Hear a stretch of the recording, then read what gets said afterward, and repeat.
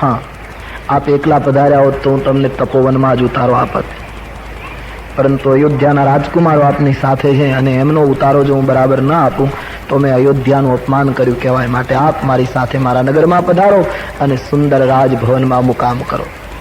રામ, લક્ષ્મણ અને વિશ્વામિત્રજીની સાથે રહેલા અન્ય સંતોને લઈ જનક મહારાજ પોતાના રાજભવનમાં એક સુંદર મહેલમાં આ બધાને ઉતારો આપે છે. બપોરનું ભોજન થયું. રામાયણમાં લખ્યું છે વિશ્રામ કર્યો. વિશ્રામ લીધા પછી સાંજનો સમય છે. ભગવાન રામના મનમાં એક વિચાર આવ્યો કે બીજું કઈ નહીં, વિશ્વામિત્ર બાપજી જ્યાં જઈએ છીએ ત્યાં મારી ઓળખાણ હવે બધાને બ્રહ્મ તરીકે આપવા લાગ્યા. જનકજીને પણ ગર્ભિત રીતે એમણે ઈશારો કરી નાખ્યો. રામને થયું જો આમ જ બાપજી બધી જગ્યાએ મારો પરિચય આપતા રહે છે કે આ બ્રહ્મ છે તો મારું બ્રહ્મત્વ ખુલ્લું થઈ જશે. પરિણામે રામજીને લાગ્યું કે મારું અવતાર કાર્ય મુશ્કેલીમાં મુકાશે. તેથી રામજીને થયું કંઈક એવી યુક્તિ કરું કે વિશ્વામિત્રજી પાછા ચક્કરમાં આવી જાય, ભૂલ ભૂલામણીમાં પડી જાય. એને એમ થઈ જાય કે નહીં, મારી ભૂલ થઈ ગઈ, આ બ્રહ્મ નથી, આ તો રાજકુમાર જ છે. એટલે રામજીએ એક સુંદર ચરિત્ર ઊભું કર્યું. વિશ્વામિત્રજીની પાસે જઈ વંદન કરી અને કહ્યું, બાપજી, નાથ લખનપુર દેખન ચહઈ. લક્ષ્મણ ક્યારનો ઉતાવળો થાય છે મહારાજ, એને જનકપુર જોવાની ઈચ્છા થઈ છે. અમે તો અયોધ્યા સિવાય હજી બીજું ગામ જોયું જ નથી ને બાપજી, પહેલી વાર બીજે ગામ આવ્યા છીએ.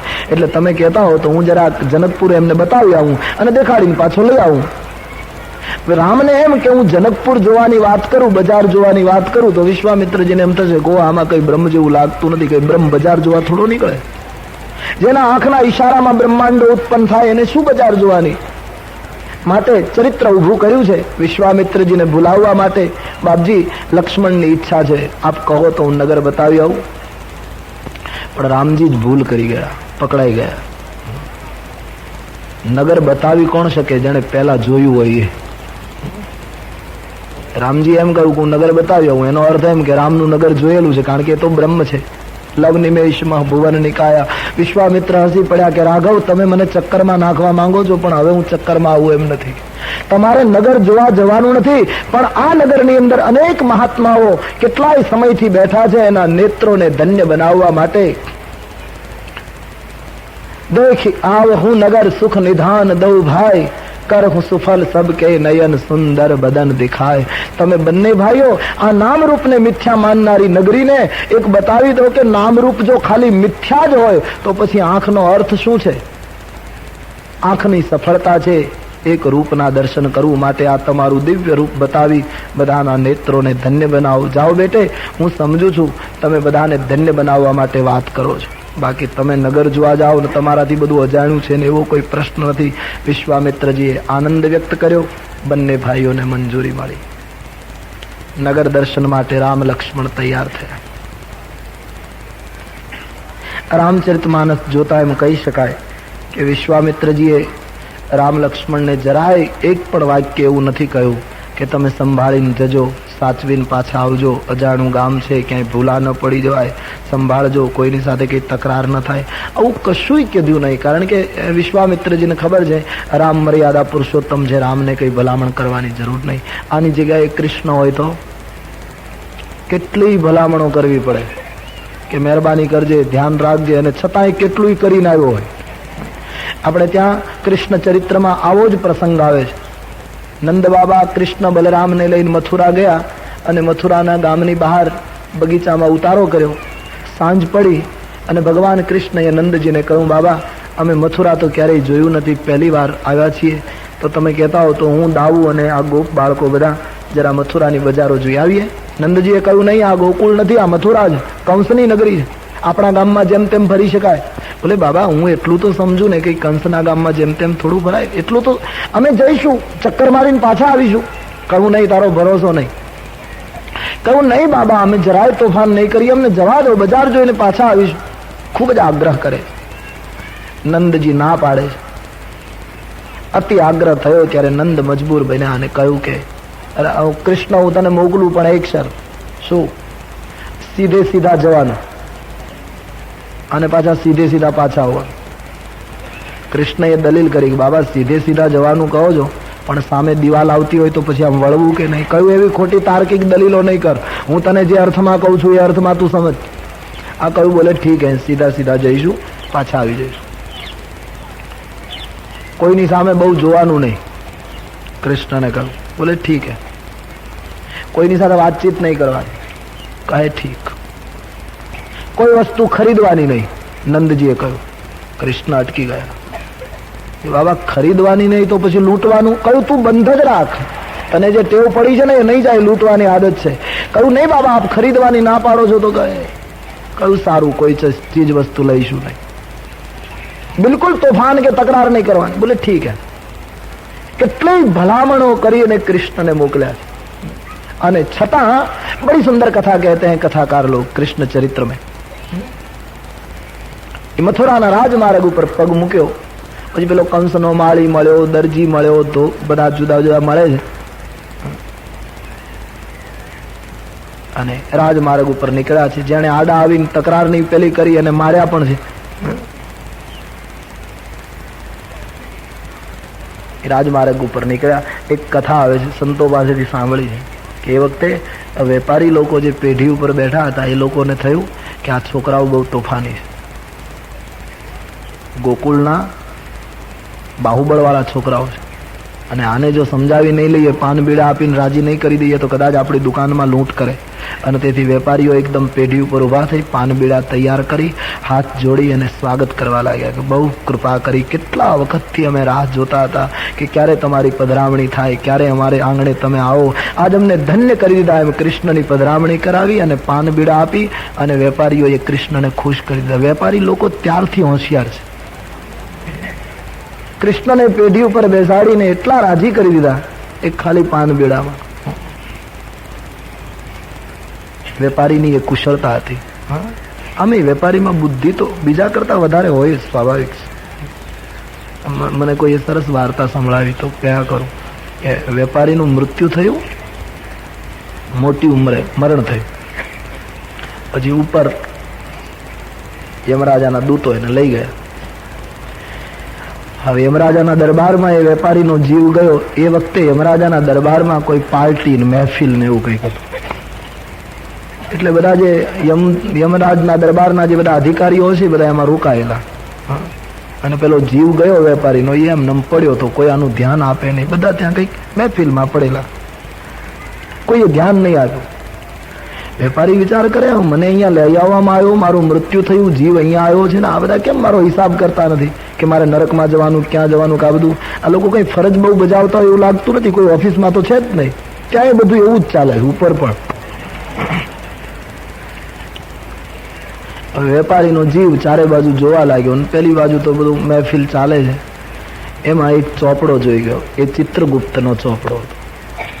હવે પવનને લીધે ચોપડાના પાના આમ ખુલતા હતા અને વેપારીનું ધ્યાન તો ચોપડા ઉપર જલ્દી જાય, સ્વાભાવિક હતું.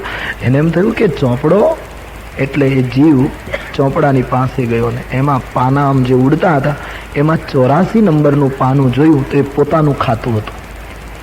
પોતાનો ફોટો, સરનામું બધું બરાબર, 80 વર્ષની ઉંમરે મૃત્યુ, અને આ બધો હિસાબ એને બરાબર લાગ્યો કે નહીં આ લોકોનું હિસાબી કામકાજ તો બધું પાકું છે. મને બરાબર 80 વર્ષે લાવ્યા છે, સમયસર લાવ્યા છે. આખો હિસાબ એમણે પોતાનો કર્મનો જોઈ લીધો અને જે કંઈ કર્યું હતું એ બધું એમાં લખેલું હતું, બધું પાકું ચોક્કસ. વેપારીને થયું કે 80 વર્ષની ઉંમરે મારું મૃત્યુ, આ લોકો મને 80 વર્ષે બરાબર લઈ આવ્યા છે.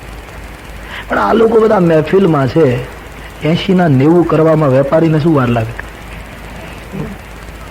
કલમ બાજુમાં પડી હતી, 8 ને 0 થી 8 ની વચ્ચે રેખા કરી અને વેપારીએ ચિત્રગુપ્તના ચોપડામાં 90 વર્ષ કરી નાખ્યા. અને પછી આ તો એમનેમ થઈ ગયું.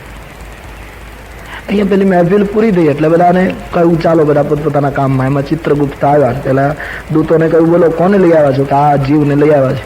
અને ચોપડો કાઢ્યો. ધર્મરાજ આવ્યા ને હિસાબો થવા લાગ્યા. એ બરાબર 84 નંબરનું ખાતું કાઢ્યું, નામ થામ બધું બરાબર. અને વાંચતા વાંચતા ચિત્રગુપ્તએ કહ્યું આના તો 90 વર્ષ છે અને તમે 80 વર્ષે કેમ લાવ્યા? એટલે યમરાજાના દૂતો કે ભાઈ અમને તો અહીંથી હુકમ થયો હતો એટલે ગયા હતા, અમને શું ખબર, અમને તો હુકમ થાય એટલે જવું પડે. એ કેટલા વર્ષે લાવવો એ તમારે નક્કી કરવાનું. કહ્યું કે નહીં આને 10 વર્ષ રાખવો ક્યાં? કારણ કે ત્યાં કઈ ખાલી જગ્યા નથી, નહીતર તો ઘણાને લઈ જવા જેવા છે, પણ ઉપર જેમ જગ્યા થાય છે એમ જ અહીંથી જવાય છે. આને ક્યાં રાખવાનું? આને તમે 10 વર્ષ વહેલા લાવ્યા ને, ગરમ થયા ચિત્રગુપ્ત, આ તો આખો કાયદો તૂટે છે. વેપારી સમજી ગયો કે છે આપણા પક્ષમાં બધું, ફાયદો થાય એવું છે. છેવટે એવો નિર્ણય લેવાયો, આના 10 વર્ષ બાકી છે, પાછો મોકલો ધરતી ઉપર. અરે પણ શું વાત કરો છો કે હા ત્યાં જઈને આવ્યો છું, બધું જોઈ આવ્યો છું, પણ તમારું મૃત્યુ થયું હતું કે હા, ખોટું અહીંયા ચાલે છે એમ નહીં, ઉપર ચાલે છે. પણ તમે કર્યું શું? કહ્યું એ લોકો બધા મહેફિલમાં પડ્યા હતા, કોઈ ધ્યાન જ ક્યાં આપે છે. ત્યાં ચોપડો એમને પડ્યો હતો, મારું ધ્યાન ચોપડા ઉપર ગયું. 84 નંબરનું ખાતું મારું હતું, એમાં 80 વર્ષની મારી ઉંમર હતી. આમ તો એ લોકો મને નિયમસર લઈ ગયેલા, પણ 80 ના 90 કરતા આપણને વેપારીને શું વાર લાગે, એટલે મેં 90 કરી નાખ્યા, અને 10 વર્ષ હું પાછો. છોકરાઓ ગયા, અમારી ઉપાધિ. આ વાત પછી, સમય ગયા પછી યમરાજાને ત્યાં ખબર પડી કે આ વેપારી આપણને છેતરી ગયો છે. 80 ના 90 કરી ગયો. 4 થી કાયદો આવ્યો કે આંકડાની બાજુમાં શબ્દોમાં લખો. આ નહીતર આ વેપારીની કારીગરીનું પરિણામ છે, નહીતર આ કાયદો હતો જ નહીં, ખાલી આંકડામાં જ લખાતું હતું. પણ પછી શબ્દોમાં લખવાનું આવ્યું, કારણ કે 80 ના 90 કરી આવ્યું. એ વેપારીઓએ ભગવાન કૃષ્ણનું સન્માન કરી પાન બીડા આપેલા. મારે આપને મૂળ વાત કહેવાની કે કૃષ્ણ ચરિત્રમાં સલાહ આપવી પડી, રામને કહેવું ન પડ્યું. કારણ કે બંને અવતારો એક જ છે, એક જ તત્વ 2 વખત આવ્યું છે, પણ ફરક એટલો, રામ એ ધર્મયુગ છે અને કૃષ્ણ એ યુગ ધર્મ છે, આટલો ફરક છે. બંને અવતાર માટે બિલકુલ સ્પષ્ટ કહેવું હોય તો આ રીતે, રામ એક ધર્મયુગ છે, સીધો માર્ગ છે, 2 ને 2 4 જ થાય, એમાં બીજું કઈ થઈ શકે નહીં. આ રામનો માર્ગ છે, ધર્મયુગ છે, એક પણ મર્યાદા તૂટે નહીં. ત્યારે કૃષ્ણ એ ધર્મયુગ નથી, એ યુગ ધર્મ છે. એમ લાગે ત્યારે પ્રતિજ્ઞા કરે પણ ખરા, એમ લાગે ત્યારે પ્રતિજ્ઞા તોડી પણ નાખે. એમ લાગે ત્યારે મુરલી વગાડે, એવું લાગે ત્યારે શંખ પણ વગાડે. જરૂર પડી ત્યારે ગાયો ચરાવી, સમય આવ્યો ત્યારે ઘોડાની લગામ પકડી. એવો સમય હતો તો ગોપીઓના વસ્ત્રો પણ ખેંચ્યા, અને જયારે અવસર આવ્યો ત્યારે 999 સાડી ઓઢાડી અને દ્રૌપદીની લાજ બચાવવી પણ દેખાય. કૃષ્ણ ચરિત્ર આખું યુગ ધર્મનું અદભુત ચરિત્ર છે. કૃષ્ણ ચરિત્ર માટે શું કહેવું? અલૌકિક ચરિત્ર છે. એના જન્મકાળથી આખું જીવન જ તમને કૃષ્ણ સમજવા બહુ કઠિન છે. મહાત્માઓનો અનુભવ છે કે રામનું કૃષ્ણને સમજવા માટે માણસે યોગી થવું પડે. માણસનું જીવન અંદરથી યોગી જેવું ન બને ત્યાં સુધી કૃષ્ણ સમજાય નહીં.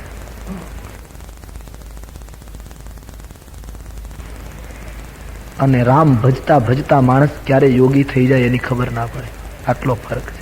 એકને સમજવા માટે પ્રથમ યોગી થવું પડે, ત્યારે રામનું સ્મરણ કરતા કરતા સાધક સહજ યોગી બની જતો હોય.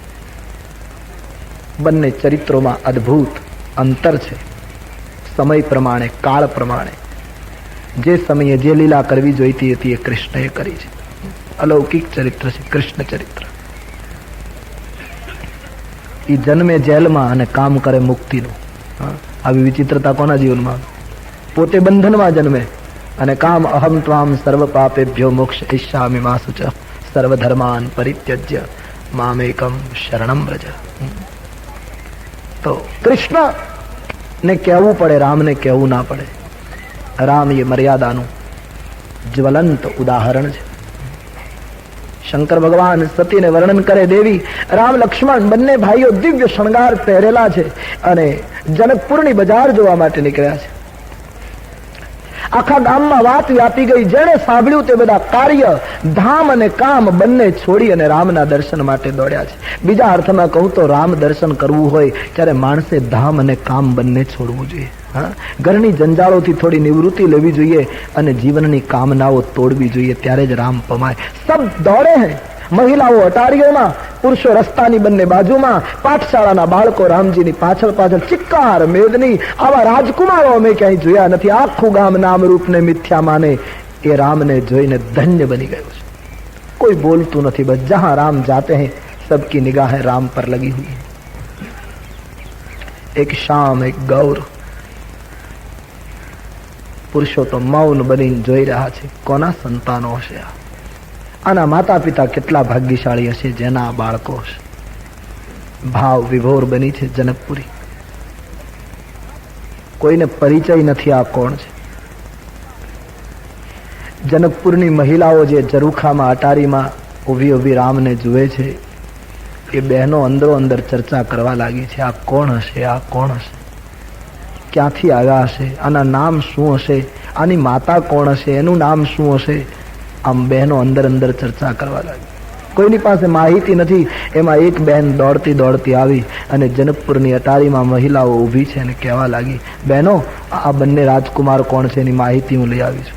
રામાયણમાં લખ્યું છે પુરુષો રામની માહિતી ન મેળવી શક્યા, બહેનો જ મેળવી શકે. કોઈ પણ વ્યક્તિની માહિતી બહેનો જલ્દી મેળવી લે. પછી સાચી ખોટી ગમે તેવી પણ બહેનો જલ્દી પ્રાપ્ત કરે. એ નિયમ છે. પુરુષો જલ્દી માહિતી નહીં મેળવી શકે. એ મનોવિજ્ઞાનની દ્રષ્ટિએ પણ તુલસી સાચા છે. તમે જોજો બહેનોનો એ સરસ સ્વભાવ છે. કોઈ પણ વ્યક્તિની માહિતી જલ્દી લઈ લેશે. એસટીની બસમાં બે બહેનો આમ સામસામી સીટ ઉપર આવી જાય તો બધું પૂછી લે, તમે કયે ગામ રહો છો, આમ ક્યાં ગયા હતા, બધું પૂછી લે છે. તમારે બાળકો કેટલા, કુટુંબમાં કોણ કોણ છે, અને એક પ્રશ્ન ખાસ પૂછે, સાસુ છે? કારણ કે આ બહુ મહત્વનો પ્રશ્ન હોય. અને જો ખરેખર બેઠા હોય તો પેલી એટલો નિશાસો મૂકીને કહે કે હા હજી તો અમારી ઉપાધિ ચાલુ છે. સામસામા સરનામા આપી દે, તમે અમારે ગામ આવો ત્યારે અમારે ઘરે જ ઉતરજો. આટલી બધી લાગણી હોય. પુરુષોમાં આ નહીં. પુરુષો તો બસમાં બેઠા હોય તો સામસામે આંખું કાઢતા હોય. બહેનોમાં એ સરસ પ્રભાવ હોય. અને એ એક કેવલ વિનોદ કે लिए भी नहीं कह रहा हूं, ये हमारा अनुभव है. અમે સતત ઘૂમવાનું ફરવાનું રહે ને એટલે આવા અનુભવ થાય. ક્યારેક ટ્રેનમાં મુસાફરી કરતા હોઈએ ને તો પુરુષો કંઈ પૂછે નહીં. પુરુષો એ માને કે હશે કોઈ, પણ બહેનો જય શ્રી કૃષ્ણથી શરૂઆત કરે. એટલે અમે સમજી જ જઈએ કે આ બહુ લાંબુ ચાલવાનું છે. જય શ્રી કૃષ્ણથી જે આરંભ થાય એ ઘણું લાંબુ ચાલે. પૂછે, બાપજી કયું ગામ? એટલે ગામનું નામ આપીએ, ફલાણે ગામ. આમ ક્યાં જાઓ છો? એટલે જે ગામ જતા હોઈએ એ ગામનું નામ. પછી ત્રીજો પ્રશ્ન પૂછે, કથા છે? એટલે કહીએ હા. રામાયણની કે ભાગવતની? એટલે કહીએ રામાયણની. મુહૂર્ત ક્યારે છે? એટલે મુહૂર્તની તારીખ. પછી પૂર્ણાહુતિ કહી દઈએ, કારણ કે એ પૂછવાના જ હોય એટલે પૂર્ણાહુતિની તારીખ પણ કહી દઈએ. 9 દિવસ રાખો છો કે 11 દિવસ? 9 દિવસ. પછી એમ પૂછે 9 દિવસમાં પૂરું થાય? પછી તબકો આપતા જાય. એ ગામ કથા પૂરી કર્યા પછી કયા ગામ કથા છે? એટલે પછીની જે તારીખ હોય એ આપવાની.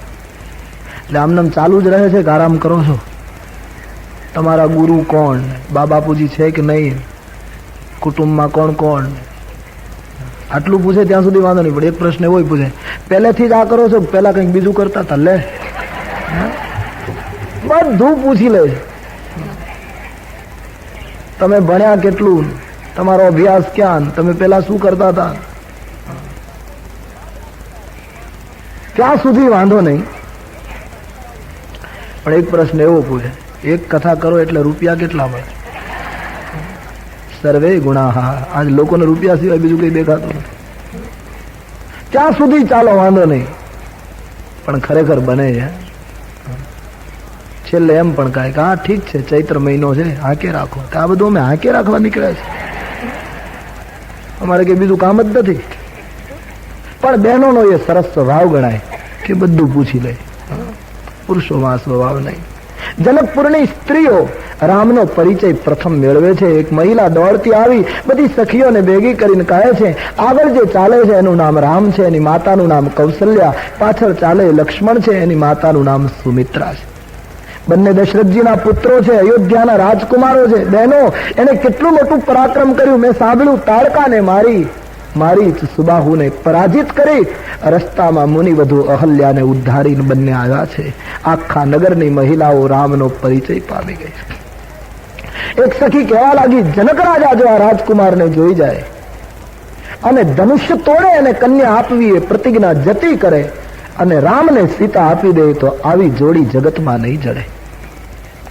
ત્રીજી સખીએ કહ્યું, જનક મહારાજ એમને લઈ આવ્યા છે બગીચામાંથી. પણ હવે મહાપુરુષ છે, પ્રતિજ્ઞા તોડતા નથી. આપણાથી એને કઈ થોડું કહેવાય. બાકી જો સીતાનું લગ્ન રામની સાથે થઈ જાય તો આવી જોડી જગતમાં ક્યાં મળશે? એક સખીએ કહ્યું, માની લો કે રામજીનું લગ્ન અને સીતાનું લગ્ન રામ સાથે થઈ જાય તો આપણે શું ફાયદો? તો એક સખીએ બહુ સરસ કહ્યું, મોટામાં મોટો ફાયદો. કેમ કે અયોધ્યા અને જનકપુરનો સંબંધ જોડાશે તો ક્યારેક સીતાને તેડવાને બાને, ક્યારેક મૂકવાને બાને રામ અવારનવાર અયોધ્યા જનકપુર આવશે અને આપણને અવારનવાર દર્શન થશે.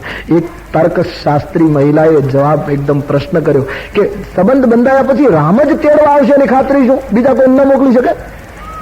એના નાના ભાઈને મોકલે, લઈ આવો, રામ જ આવશે. એનું કારણ બોલે નહીં, રામ જ આવશે. કેમ કે આપણે આમંત્રણ નથી આપ્યું તોય બંને ભાઈઓ આજ આવી ગયા છે, તો પછી તો સંબંધ જોડાયા પછી આવ્યા વગર રહેશે જ નહીં. બિના આમંત્રણ ભી આ ગયે હૈ વો લોગ તો બાદ મેં તો અવશ્ય આયેંગે. બધાના હૃદયમાં અહોભાવ છે કે સીતા જો રામને અર્પણ થાય. રામજી અતિ સુંદર છે. રામજીમાં 3 શક્તિ બહુ છે. તુલસીદાસજી કહ્યું, રૂપ અપાર છે, શીલ પણ અદ્ભુત છે અને બળ પણ ખૂબ છે. આ 3 વસ્તુથી રામે 3 નગરી જીતી. આપણે જોઈ ગયા, શીલથી એમણે અયોધ્યા જીતી, આજ રૂપથી એમણે જનકપુરી જીતી. શીલથી અયોધ્યા કાબુમાં આવી ગઈ, રૂપથી જનકપુર કાબુમાં અને બળથી લંકા કાબુમાં આવશે. 3 વસ્તુથી 3 નગરી ઉપર રામજીનો વિજય દેખાય છે. આખા ગામની મહિલાઓ પ્રતિભાવ રજૂ કરે છે. આમ બંને ભાઈઓ આગળ વધે છે. બહેનોએ જ પરિચય મેળવ્યો, પુરુષો ન મેળવી શક્યા. એનું તાત્વિક કારણ જુદું છે. સંતો કહે છે, સ્ત્રી એ ભક્તિ એ સ્ત્રી છે, જ્ઞાન એ પુરુષ છે. ઈશ્વરનો પરિચય ભક્તિ જલ્દી મેળવી શકે. કેવળ જ્ઞાન ઈશ્વરને જાણી શકે, પણ ઈશ્વરનો પૂર્ણ પરિચય ભક્તિના સહકાર વગર શક્ય નથી. તુલસીદાસજીનું દર્શન. અથવા તો એક સંત એમ પણ કહે છે કે બહેનો રામનો પરિચય મેળવી ગઈ, પુરુષો ન મેળવી શક્યાનું કારણ બહેનો ઉપરથી જુએ છે, અટારીમાંથી, પુરુષો નીચે ઉભા છે. ઈશ્વરનો પરિચય એને જાજો મળે, જલ્દી મળે, જેટલી જેની સાધનાની ઊંચાઈ વધારે, જેટલું ભજન વધારે, જેટલી ઊંચાઈ વધારે, એટલો ઈશ્વરનો પરિચય જલ્દી પ્રાપ્ત થાય. આમ રામ લખન આગળ વધી રહ્યા છે.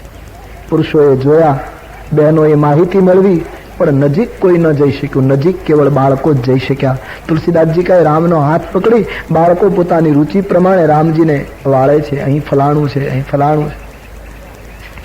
તુલસી કહે, જ્ઞાન જોઈ શકે, ભક્તિ પરિચય મેળવી શકે, પણ બાળક જેવા જ્યાં સુધી સાધકો નિખાલસ ન બને ત્યાં સુધી રામને પોતાની ઈચ્છા પ્રમાણે વાળી ન શકાય. અને તેથી જ જેમ જેમ સંતનું ભજન વધશે, મહાપુરુષો અમુક કક્ષાએ જાય છે, પછી બાળક જેવા થઈ જાય. એની બધી મસ્તી બાળક જેવી લાગશે.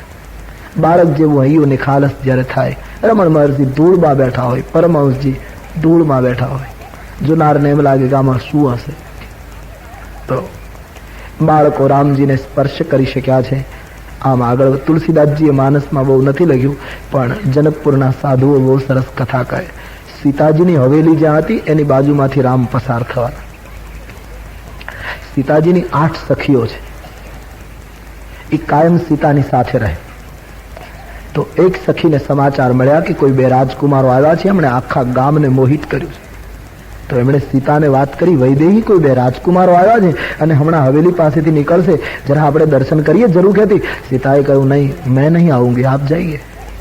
આ તો રાજકન્યા છે, उसकी भी कोई मर्यादा. તો 2 સખીઓને કહ્યું, તમે જઈને જુઓ. સીતાજી ભીતર છે. સીતાની 2 સખીઓ જરૂખેથી રાજકુમારને જોવા માટે ઊભી છે. દૂરથી રામ લક્ષ્મણ ચાલ્યા આવે. લોકોનો પુષ્કળ, ચારે બાજુ માણસો છે. પેલી સખીઓને થયું કે આ લોકો દૂરથી ચાલ્યા આવે છે ત્યારે બરાબર આપણે જોઈ શકતા નથી, અને નીચેથી પસાર થશે ત્યારે આપણે ઉપરથી જોઈશું તો મસ્તક દેખાશે, ચહેરા બરાબર દેખાશે. અને ચહેરા જોઈએ તો નક્કી થાય કે કેવું રૂપ છે. એટલે સખીઓ વિચાર કરે, કાં તો સીતા મંજૂરી આપે તો નીચે જઈએ, અને કાં તો ચહેરા જોવાય એવું કંઈક થાય. એટલે સીતાજીની પાસે જઈને કહ્યું, સીતે, લોકો બહુ છે, આટલું બધું રૂપ છે, પણ હવે નજીક આવશે ત્યારે અમે ઉપરથી જોઈએ તો મસ્તક દેખાય, ચહેરો તો દેખાય નહીં. કાં તો નીચે જવું પડે, ને કાં તો સીતાજી કહ્યું, નીચે જવાની કઈ જરૂર નથી. ચહેરો જોવો હોય તો એક કામ કરો, શું, હાથમાં થોડા ફૂલ અને ચોખા લઈ જાઓ, તો ઉપરથી વધાવો. એને એમ લાગે કે સ્વાગત કરે, પણ ફૂલ એવી રીતે નાખવાનું કે એના માથા ઉપર પડે. માથા ઉપર પડે એટલે ઉપર જોશે ને જુએ એટલે તમારે જોઈ લેવાનું ચહેરા કેવા છે. સીતાજીની યુક્તિ સખીઓએ સ્વીકારી લીધી છે. હાથમાં અક્ષત અને પુષ્પ લઈને સખીઓ ઝરૂખે ઊભી છે. રામ લક્ષ્મણ જેવા નીચેથી પસાર થયા, ઉપરથી પુષ્પ અને અક્ષત ફેંક્યા છે. યોગ થયો બંનેના મસ્તક ઉપર પડતા. બંને ભાઈઓએ ઉપર જોયું. રામજી તો અંતર્યામી જાણે છે. તુરત જ ઉપર જોયું છે. સખીઓએ રામ અને લક્ષ્મણના સૌંદર્યને જોતા ભાવાવેશમાં આવી ગઈ છે. સીતાજીની પાસે જઈને કહ્યું, જાનકી રૂપ અલૌકિક છે, વર્ણન નહીં થાય. દેવી, આવા રાજકુમારો અમે અમારા જીવનમાં ક્યાંય જોયા નથી, કોઈ જગ્યાએ વર્ણન પણ સાંભળ્યું નથી કે આવું રૂપ હોઈ શકે. આટલું અલૌકિક રૂપ છે.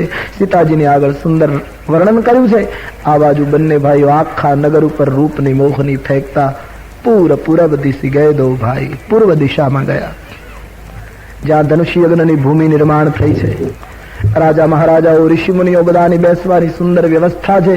બાળકો રામને બતાવે, રામજી લક્ષ્મણજીને બતાવે, અને આ બધું દ્રશ્ય રામજી જુએ છે. સૂર્યાસ્ત થવાની તૈયારી થઈ. બાળકોને મીઠા વાક્યોથી ભગવાને વિદાય આપી અને લક્ષ્મણને કહ્યું, લક્ષ્મણ, સંધ્યાનો સમય થયો, આપણે જલ્દી જઈએ. સમયસર સંધ્યા નહીં કરીએ તો બાપજી નારાજ થશે. રામજીને ગુરુદેવનો ભય લાગ્યો. તુલસીદાસજી કહે, જેના ત્રાસથી ખુદ કાળ કાંપે, જેના ડરથી ડર પણ કાંપે, એ પરમાત્માને કોનો ભય? જગતને ગુરુ મર્યાદા અને ગુરુ પરંપરા બતાવી. ગુરુદેવથી ભયભીત થયેલા રામ સમયસર નહીં, જો સંધ્યા કરું તો બાપજી નારાજ થશે. એ આખા ગામને પોતાના રૂપમાં ડુબાડી, યાની બીજા અર્થમાં કહું તો બધાને નેત્રનું ફળ આપી બંને ભાઈઓ પાછા વિશ્વામિત્રજીની પાસે આવ્યા. પ્રણામ કરી બાપજીની મંજૂરી લઈ સંધ્યા કરે છે. સંધ્યા વંદન કરી બાપજીની પાસે બેઠા છે. રાત્રિનો ફળાહાર વગેરે કંઈ થયું. બાપજીની સાથે ચર્ચા વાર્તાલાપ થયો. શયન કરવાનો સમય થયો. વિશ્વામિત્રજી સૂતા ત્યારે રામ લક્ષ્મણ એના ચરણ ચાપે છે, ગુરુની સેવા કરે. જીન કે ચરણ સરોરુહ લાગી.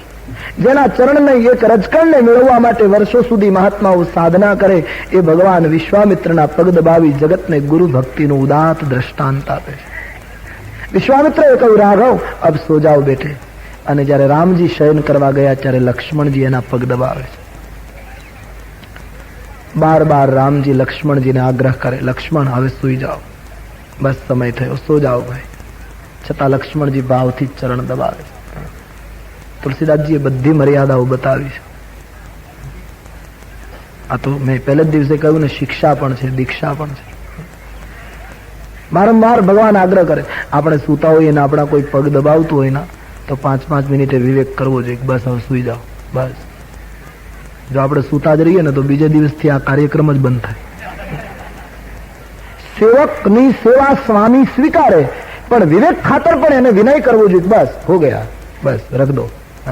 નહીતર એ બહુ લાંબુ નહીં ચાલે, એ સેવામાં કુભાવ પેદા થાય. આપણે ત્યાં જૂની વાર્તા છે ને કે પેલા મહારાજ સુતા હતા ને પછી એનો એક ચેલો પગ દબાવતો હતો. તો 10 વાગ્યાનો પગ દબાવવાનું ચાલુ કરેલું, તો 11 વાગ્યા સુધી મહારાજે એને કહ્યું નહીં કે બસ હવે રહેવા દો, એમ બોલ્યા જ નહીં. તો પેલા ચેલાને એમ થયું કે બાપજી સુઈ ગયા લાગે, એટલે ક્યાંથી મને જવાનું કહે, એટલે હવે હું આમને જતો રહું પગે લાગી. એ જ્યાં જવાની તૈયારી કરે તો પેલા કઈ મહારાજ સુતા નહોતા. એમણે તુરત જ કહ્યું, કેમ ભાઈ તમે ભાઈઓ કેટલા? પેલા એમ થયું કે કઈ સુતા નથી, એટલે કહ્યું બાપજી અમે 4 ભાઈઓ. એટલે વળી પેલો બિચારો બોલ્યો ને પગ દબાવવા લાગ્યો. 12 વાગ્યા. પેલાને એમ થયું કે હવે તો સુઈ જ ગયા લાગે. એ જ્યાં જવાની તૈયારી કરે તે મહાત્મા બીજો પ્રશ્ન પૂછે કે 4 ભાઈઓમાં લગ્ન કેટલા ના થયા ને કેટલા કુવારા? પેલો સમજે કે હજી જાગે છે, હજી કઈ મને છોડે એમ નથી. કહું 2 ના લગ્ન થયા ને 2 કુવારા. 1 કલાકે મહારાજ પ્રશ્ન પૂછે ને પેલાને છોડે નહીં એમ. 4 વાગ્યા ત્રાસી ગયો પેલો. એ 4 વાગે જવાની તૈયારી કરતો હતો તો મહાત્માએ પાછું પૂછ્યું. હું ભૂલી ગયો હતો, જે 11 વાગે એમણે પ્રશ્ન પૂછ્યો હતો, હું ભૂલી ગયો, તમે ભાઈઓ કેટલા? જે 11 વાગે પૂછ્યું હતું એ પાછું 4 વાગે પૂછ્યું. પેલા ચેલાએ કહ્યું અમે 3 ભાઈઓ. એટલે કહ્યું 11 વાગે તમે 4 ગયા હતા, અત્યારે 3? કે 11 વાગે 4 હતા, હવે તો 3. કારણ કે ઘરે રહ્યા ઈ જ રહ્યા, હું તો જીવતો શેનો જાઉં, આમાં મને કઈ હું જીવું એવું લાગતું નથી. તું મને આમાંથી છોડ ત્યારે હું બચું ને. એટલે 11 વાગે અમે 4 હતા, બાકી 4 વાગે હવે 3 ની પેલી છે. કારણ કે હું અહીંથી છૂટું એવું લાગતું નથી. સેવામાં કુભાવ પેદા ન થાય એટલે એ વિવેક પણ તુલસીદાસજીએ સહજ બતાવ્યો. રામજી બાર બાર લક્ષ્મણજીને કહે અબ સો જાઓ. પરમાત્માના ચરણારવિંદને હૃદયમાં રાખીને લક્ષ્મણજી શયન કરવા જતા રહે. લક્ષ્મણજીનો નિયમ હતો, લક્ષ્મણજી વનમાં ગયા ત્યારે તો 14 વર્ષ જાગ્યા છે, પણ લક્ષ્મણજીનો નિયમ હતો અયોધ્યાની બહાર રામની સાથે જ્યારે જ્યારે ગયા ત્યારે નિદ્રા નથી લેતા. પણ ફરક એટલો, વનવાસમાં તો શરીરને પણ લંબાવતા નહોતા, કાં તો વિરાસન રાખે કાં ઉભા રહેતા, ખાલી શરીરને પણ આમ સુવડાવવાનું નહીં. ત્યારે વનવાસ સિવાયના દિવસોમાં જયારે બહાર ગયા છે પહેલા, ત્યારે ખાલી શરીરથી લેટતા હતા, પણ નિદ્રા નહોતા કરતા. આ લક્ષ્મણજીનું વ્રત હતું. એ કેવલ 14 વર્ષ જ જાગ્યા છે એમ નહીં, રામજીની સાથે, એમ રામાયણના શબ્દ ઉપરથી લાગે. જનકપુર ગયા ત્યારે રામજીએ કહ્યું એટલે એ શરીરને લંબાવે છે, પણ જાગતા સૂતા છે, સુઈ નથી ગયા, નિદ્રા કરતા જ નથી. કારણ ઉઠે લખન નિશી બિગત સુની અરુણ શિખા ધુની કાન. તુલસીદાસજીએ જાગ્યા એમ નથી લખ્યું સવાર પડી ત્યારે, સૂતેલો માણસ હોય તો એ જાગ્યો ગણાય. લક્ષ્મણજી જાગ્યા એમ નથી લખ્યું, ઉઠે.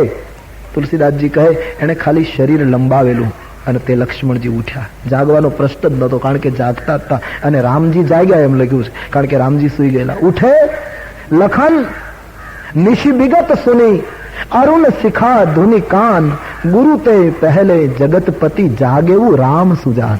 राम जाग्या, लक्ष्मण उठा. इसका मतलब राम सो गए थे, लखन सोए नहीं थे, केवल शरीर ने लंबावीने आराम करता था. लक्ष्मणजी उभा थया छे. पछी रामजी जाग्या, पछी विश्वामित्रजी सौवे स्नान संध्या वगैरह पोतानुं नित्य कार्य कर्युं अने बापजी पूजा करवा बैठा. त्यारे रामजीए कह्युं के गुरुदेव आप कहो तो आपनी पूजा माटे अमे पुष्पो लावी आपीए. पूजाना पुष्पो मंजूरी मळी छे. राम लखन बंने भाईओ जनकना बगीचामां पुष्प लेवा निकळे छे. नानकड़ो एवो प्रसंग, घणो ज महत्वनो प्रसंग, जरा गौर करे. सवारनो समय छे. जनक राजानो बगीचो छे, सुंदर बाग छे. शुं कहूं, कायम वसंत ऋतु रहती होय एवुं वातावरण छे. एके एक प्रकारना पुष्पना छोड़ लागेला छे, फूलझाड़ लागेला छे. सुंदर कुंज गलीओ रचेली छे. बगीचाना बिल्कुल मध्य भागमां एक सरोवर छे अने सरोवरनी चारे बाजू आंबावाड़ी छे. सरोवरने किनारे मां भवानीनुं एक सुंदर मंदिर छे. जे मंदिरना मां भवानीनी मूर्तिनी पूजा राजकुटुंबना सदस्यो करता हता. सुंदर बाग, सुंदर मंदिर. रामचरितमानसमां 2 बगीचानुं वर्णन छे. एक जनकनी पुष्प वाटिका અને બીજી રાવણની અશોક વાટિકા. બંનેના કેન્દ્રમાં સીતાજી છે. અશોક વાટિકાનું કેન્દ્ર પણ સીતા છે, પુષ્પ વાટિકાનું કેન્દ્ર પણ સીતા છે. પણ ફરક એટલો, જનકની વાટિકા એ યોગીની વાટિકા છે અને અશોક વાટિકા એક ભોગીની વાટિકા છે. પરિણામે જનકની વાટિકા સુરક્ષિત થઈ ગઈ, યાની જનકની વાટિકાએ જોડવાનું કામ કર્યું. આ બગીચામાં સીતારામની મુલાકાત થશે અને એમાંથી બંનેના હૃદયના ભાવો એકબીજાને મળશે. ત્યારે રાવણની અશોક વાટિકા તોડવાનું કામ કરે અને તેથી હનુમાનજી એના એક એક ઝાડ તોડી નાખ્યા. જનકની વાટિકા સુરક્ષિત છે. ત્રીજા અર્થમાં કહું તો જનકનો બગીચો એ વિદેહનગરનો બગીચો છે અને રાવણનો બગીચો એ દેહનગરનો બગીચો છે. ઇતના ફર્ક है. સુંદર બાગ છે જનક મહારાજનો. राम અને લક્ષ્મણ બગીચાના દ્વારે પહોંચ્યા છે.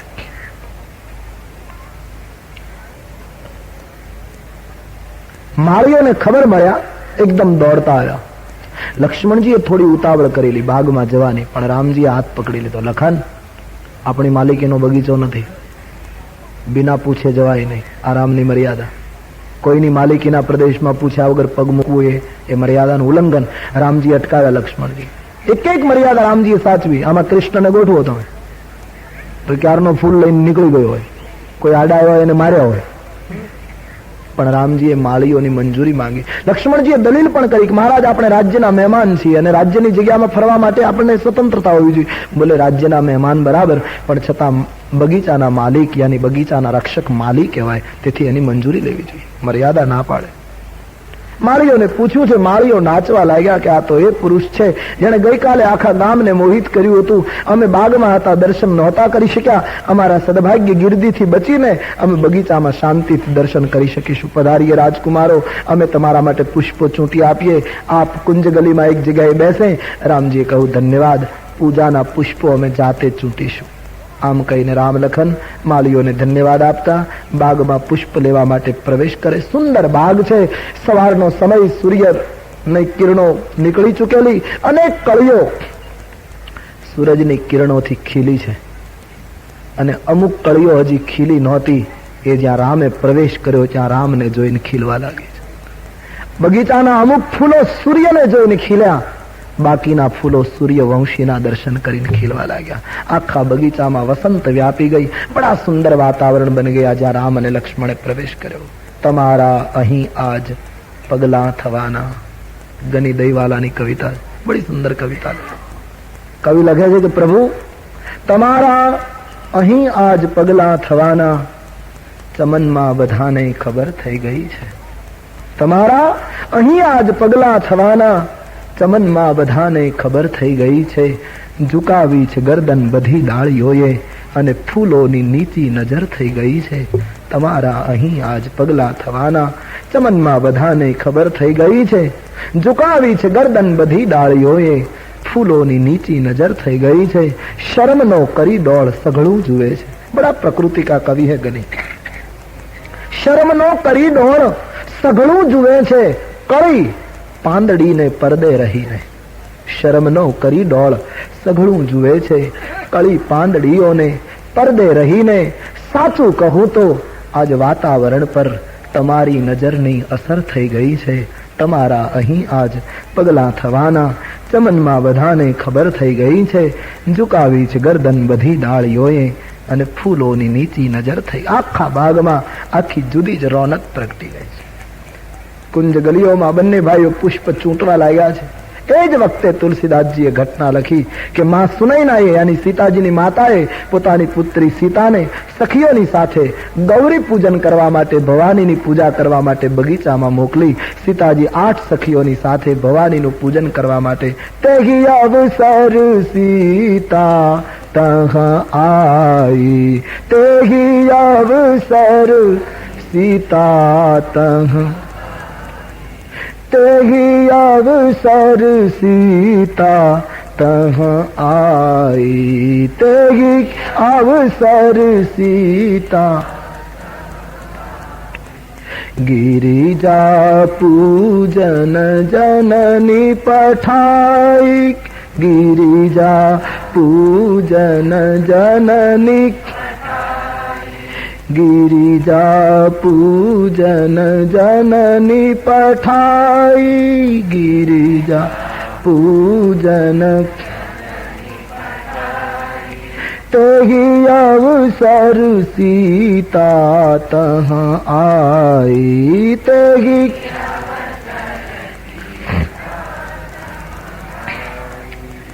संग सखी सब सुभग सयानी. संग सखी सब, संग सखी सब सुभग सयानी. संग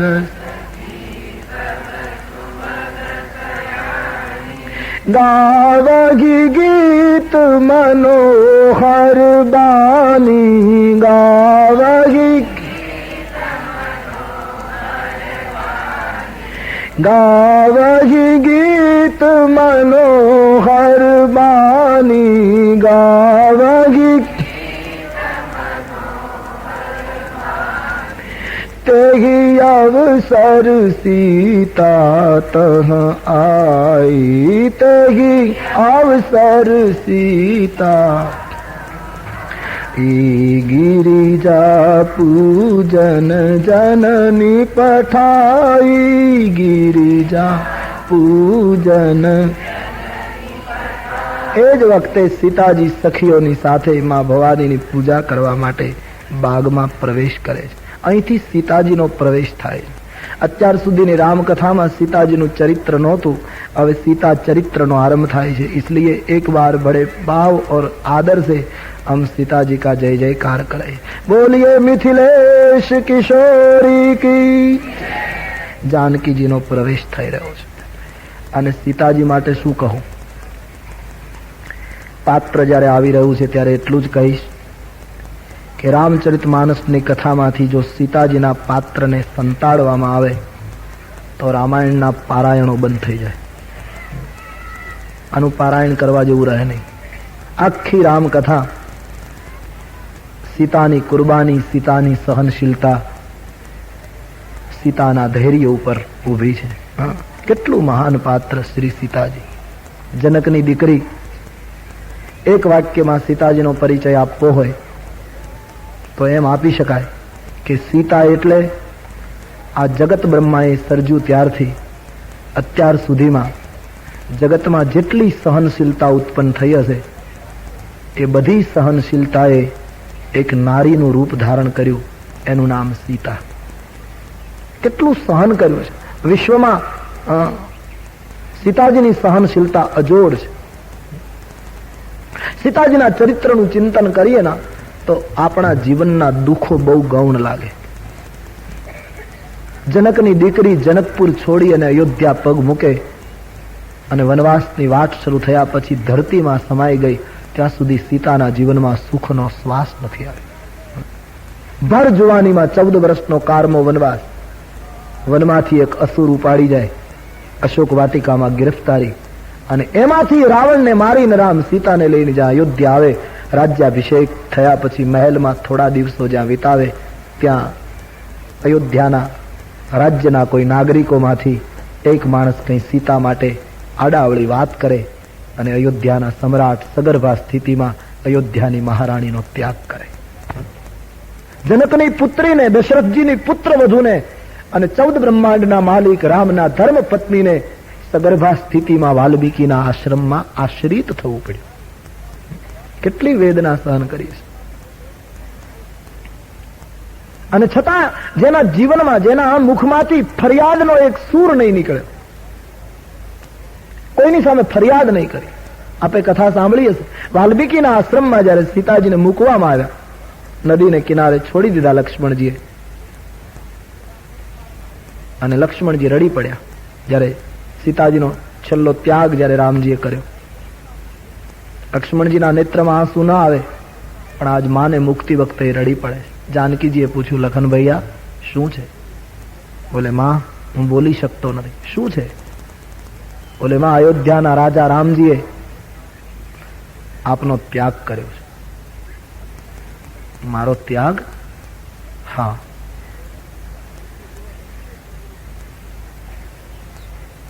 સીતાજી શું કામ ત્યાગ કર્યો કે કારણ શું છે કશું બોલતા નથી. આંખમાં અશ્રુ આવી ગયા, પાલવથી લૂંછી અને લક્ષ્મણજીને કહ્યું, લખન ભૈયા એક કામ કરજો. રાવણની અશોક વાટિકામાં રાક્ષસોની વચ્ચે પ્રભુના સ્મરણે મારું રક્ષણ કર્યું હતું, તો અત્યારે તો ઋષિના આશ્રમમાં તમે મને મૂકો છો એટલે અહીંયા તો મારા રક્ષણનો કોઈ પ્રશ્ન નથી. ભગવાન રામ મારું રક્ષણ કરશે, મારું ધ્યાન રાખશે, મને ખાતરી છે. પણ લખન ભૈયા એક ખ્યાલ કરજો, મારા વગર રામજીનું ધ્યાન કોણ રાખશે? તમે એની સેવા કરજો. આ છે ભારતની મહિલા. રામ તરફ એક પણ ફરિયાદનો સૂર નથી કાઢ્યો. મને મારી ચિંતા નથી, પણ મારા વગર રામજીનું ધ્યાન કોણ રાખશે? લખન ભૈયા તમે એમની સેવામાં રહેજો. મારી યાદ ક્યારેય ના આવે તેવું કરજો.